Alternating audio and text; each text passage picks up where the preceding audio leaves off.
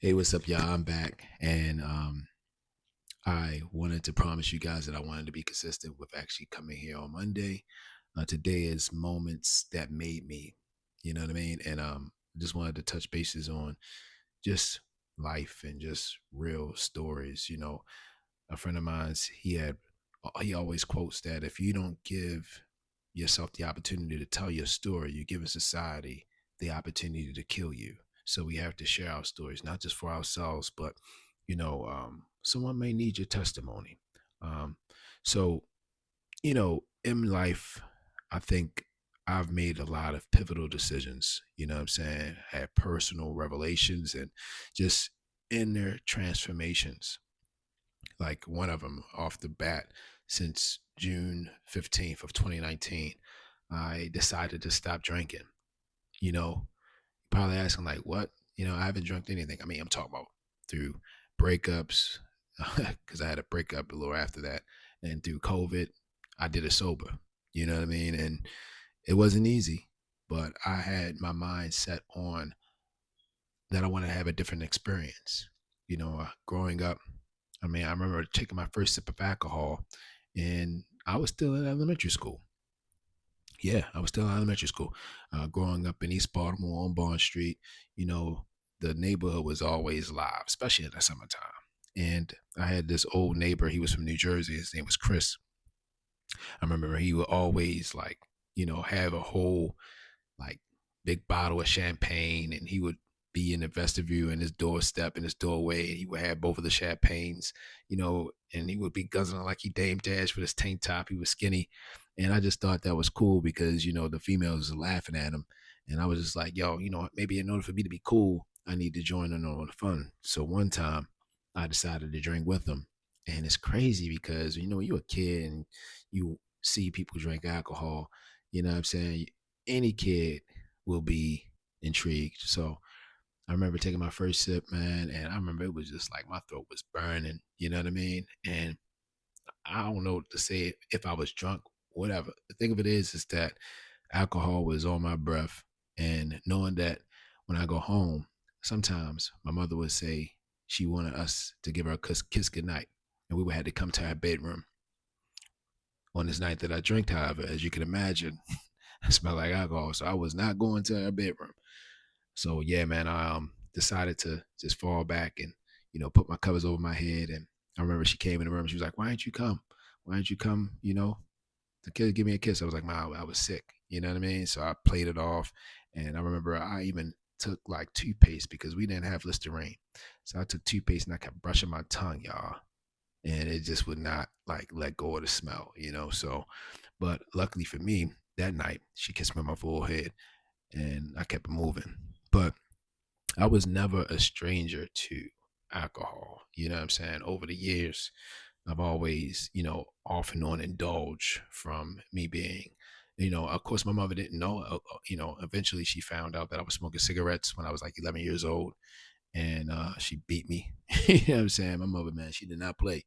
So don't think that I just had, my mother, Glorious Taylor, man. She was Mama G, but you don't want to get on her bad side. But yeah, yo, I started drinking, and I remember when I first made the decision that I didn't want to drink anymore, it was because I wanted to know what the version of me looks like that don't necessarily need to drink when I'm out in public, when I'm socializing.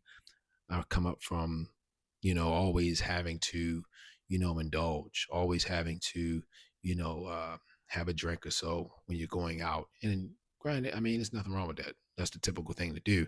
But for me, I was finding myself in places where drinking for me, it didn't no longer serve me. Give you an example. I remember it was certain times where when I started like giving my art away, meeting like celebrities before I was sought out after celebrities to do my shoe mural art. It was many of the times where I would, have these experiences, with meeting Kevin Hart or, connecting and meeting up with Jada Kiss and uh, all the other, if you watch me, if you've been following me for a while on my Instagram or just on social media, period, you will see that I met a lot of celebrities and I've interacted with a lot of celebrities have interacted with my art. And in those interactions, I always found myself not being fully prepared because, for one, if the project required a deadline, then I would go hours without actually needing. I mean, I'm sorry, needing to eat. Knowing I needed to eat, but I would go hours without eating. You know what I mean? Just trying to get the job done. And when it came time to me to step out to deliver the product, to deliver the art piece, I would go to the green room and meet up with these celebrities or meet up with these entertainers and gift them the art that somebody brought me in to do for them. And it would be 9 times out of 10 my first time eating. And then, of course, I'm trying to calm my nerves down, so I'll start drinking. And it wasn't a good mix. You know what I'm saying? And I found myself every time I was in rooms like that, I didn't feel like I utilized the opportunity as if it was a job, or I didn't like maximize on the opportunity, if you will. You know what I'm saying? Like, people would ask me like, yo, how was to meet Dave Chappelle? How was it to meet all these other individuals? And when I was drinking, I was like, yo, I don't really remember. I was turned up. And granted, that's the rock star life. You know what I mean? You live, you know what I mean, as an artist, the artists are the new rock stars. So that's what, they've been saying lately. But, you know, you want to have and enjoy these experiences. So for me personally, I just couldn't rock with it no more. That's one reason. The other reason was, you know, on the standpoint of my pops, of him having tumors and, the health ailments that him being an alcoholic and him growing tumors on his brain of just smoking and drinking on a regular. I didn't want to succumb to that, man. I mean, I believed in breaking the cycle, breaking the chain, doing something different. You know what I mean? And I never really knew my father like that. And count on one hand how many times I've had interacted with him of what I can remember. And I remember every time when I did see him, he would smell like cigarettes, he would smell like alcohol, and rightfully so. Me, I'm not, again, I'm not bashing, you know what I mean, because he was went through a lot of pain and trauma. Like, he served in Vietnam War, and he had won Golden Gloves because he was known to be a good boxer. If you looked at him wrong, he sparred more. People said that, my uncle told me, like, he said that, he would knock you out flat out. You know what I mean? And he spoke Spanish, he spoke French, and seemed like he made things with his hands, and dope guy is what I've been told. But he just couldn't shake the alcohol. Certain Vietnam War, you can only imagine the trauma that came with that as a black man. So, I overcame just not wanting to indulge. And here it is, it's 2025. Um, it come June 28th, it'll be 6 years. 6 years. June 15th will be 6 years, actually, that I stopped drinking. And I'm still shocked at it. You know what I mean? I mean, you talking to a guy that used to mix NyQuil with Thunderbird, the beer with Thunderbird, or Still Reserve 211 with car syrup. I thought that was like syrup. You know what I mean? Like, man, thank God I'm still here.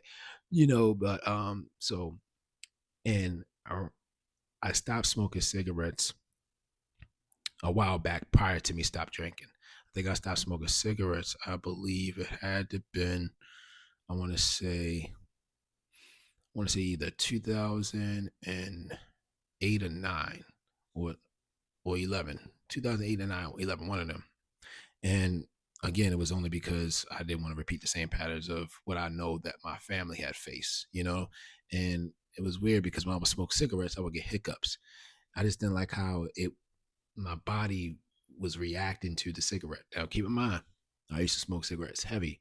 Newports was my thing. And then when I went to Phoenix, Arizona, it didn't matter because people out there didn't smoke Newport. So you get a Marlboro, you get a Camel. So at that time, I had to humble myself. You know what I mean? So I was out there for a little while when I was on a run from Baltimore, but we'll get into that for another segment.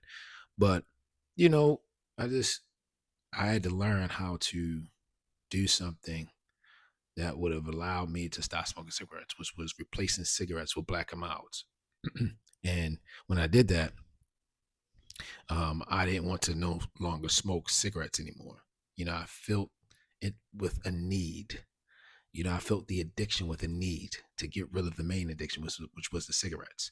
So I always will be able to get rid of black amounts, but I always will go back to cigarettes. But sometimes when I got sick and tired of cigarettes, like I told you, when I would smoke a cigarette and sometimes I get cramps or it was weird. So I would leave cigarettes alone and go back to black amounts. And my old slogan was, if it ain't green, it's nicotine. That was my old slogan. You know what I mean? And I remember when when I finally got fed up with the cigs, with the fugs, you know what I mean? That's what we call them in Baltimore. I'm like, yo, see me down on that fug.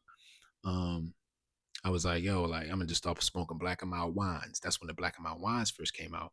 So I remember, smoking them, and I was the girl who I was with at the time, who I was in a relationship with at the time. She didn't like me smoking. I mean, yo, if you see old videos, and hopefully I'll be able to release them here soon. My lips, like it was black, yo, it was nothing like this. It was like a whole ring around my lips. You know what I mean? And she didn't like me smoking, so she had help in a way as well. But it got to the point where I was just like, all right, let me smoke these black and miles.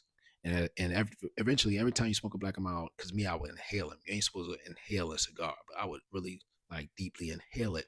And we call them heart busters, because if you inhale it too hard, then your chest will start hurting. And for me, every time that would happen, then I would leave the black and miles alone and go right back to the cigarettes. But I purposely said that when I feel the urge to go back to the cigarettes, because when I went back to the cigarettes, it was only because I wanted to go to it, because I was going back and forth. I chose that as an opportunity to not go back, because I knew that at that moment, all I needed was the black mouse to wean off my addiction to the cigarette. And I did it. And from that point on, I never turned back. I remember I was in a club with Snoop Pearson, and I was filming one of her parties. It's on here too. Type in Snoop Pearson Velvet Rope, and that was the day that when we was out and about, she was like, "Eat Keys, you want me to see you down?" Or something. Like, "No, I'm good. I don't even need it." And she was like, "What? You stopped smoking?" I was like, "Yeah." She said, "You'll be back," and I never came back. You know what I mean? So never came back to smoking cigs. So but by the grace of God, I feel like He's delivered me through so many things, so many pivotal moments that had established who I am today. And as with that, it just shows discipline. If I felt like if I can stop smoking, you know what I mean? I just, even with the weed, I mean, every once in a while, a couple of years back, 2022, or even for my birthday, my birthday, I might say, all right, let me just blow something. But I just wanted to have the option and the urge to say, all right, I don't have to do this no more. You get what I'm saying? And I felt like I surpassed that with alcohol, but I feel like I want to reach a few milestones. I want to have a few things that I've had set to do or want in order to reward myself back again. Because I always tell people like, yo, I'm gonna be back. You know what I'm saying? You know what I mean? Like after you feel like I'm there where I earned it, where I feel like and I'll be back. But for right now, I just want clarity. I just want to be able to operate my fullest potential in my gift, and that has made me who I am today.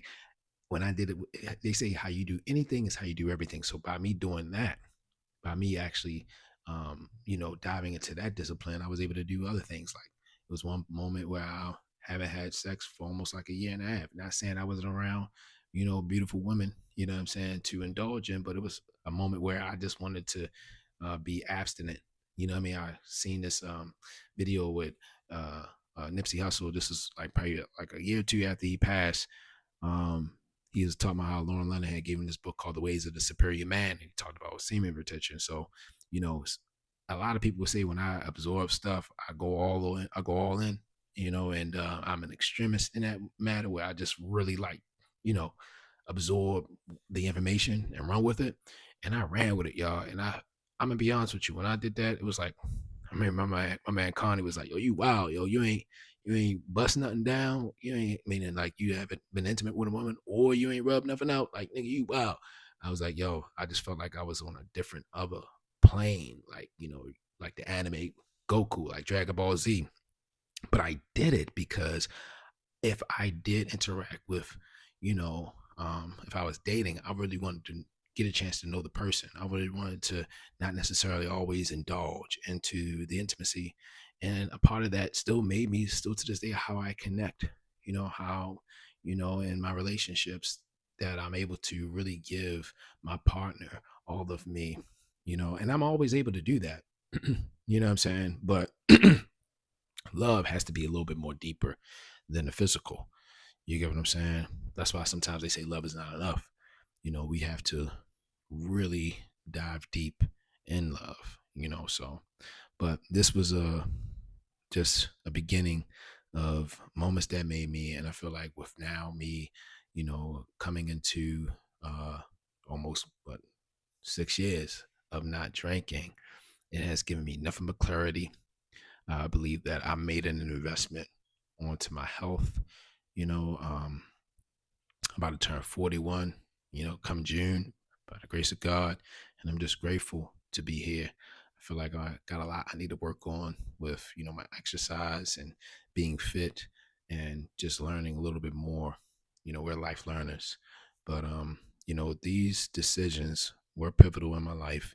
And I'm just grateful. And I wish that my mother was here to see it because she was there in my dark wilderness days, of not knowing and not caring. And I remember she told me when she found out that I was smoking, she was like, that's a bad habit because it was pictures that I seen of my mother. She had a fug.